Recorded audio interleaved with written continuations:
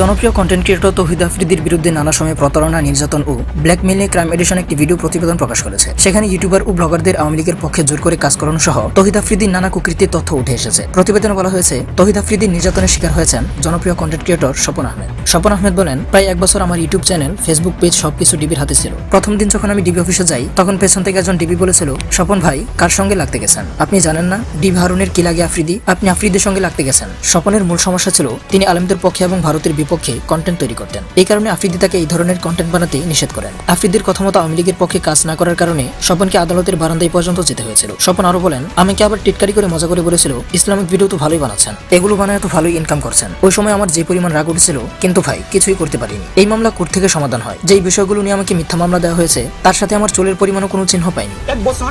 প্রায় এক বছর আমার ইউটিউব চ্যানেল, ফেসবুক পেজ সবকিছু ডিবির হাতে ছিল। ফার্স্ট দিন যখন আমি ডিবি অফিসে যাই, ওই দিন পেছন থেকে একজন ডিবি বলতেছিল যে স্বপন ভাই কার সাথে লাগতে গেছেন?